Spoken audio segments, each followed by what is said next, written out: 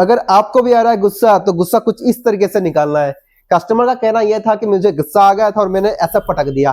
पटकने के बाद हो गया फोन 2 टुकड़ा, और मेरे पास आने से पहले कस्टमर ने कई दूसरे जगह पे दिखाया था। दिखाने के बाद फोन में आ गया रिस्टार्ट का प्रॉब्लम, और रिस्टार्ट प्रॉब्लम लेके कस्टमर मेरे पास आया। मैंने देखा कि इसमें तो डुप्लीकेट फ्लैक्स लगा हुआ है, और इसमें क्या प्रॉब्लम है कस्टमर को बता दूंगा और डील फाइनल कर लूंगा। इससे पहले बता दूं कि अगर आपका भी कोई फोन टूटा फूटा है या फिर डैमेज हो चुका है, गुस्से में तोड़ दिया है, गुस्सा निकाल लिया है, तो आ जाइए आप हमारे स्टोर पे, आपको हैसल फ्री रिपेयर सर्विस मिल जाएगा विद 6 मंथ वारंटी।